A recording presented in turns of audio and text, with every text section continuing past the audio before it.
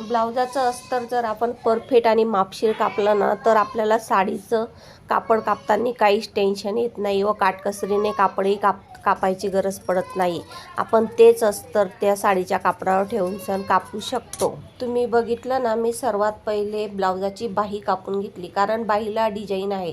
कापड कमी नको पडायला म्हणून मी सर्वात पहिले बाही काढून घेतली. बाही कापताना माझी थोडी डिझाईनची पट्टी बाहीतली उरलेली होती, म्हणून मी ती आता बॅक फ्रंटला पाठीच्या साईडला लावणार आहे.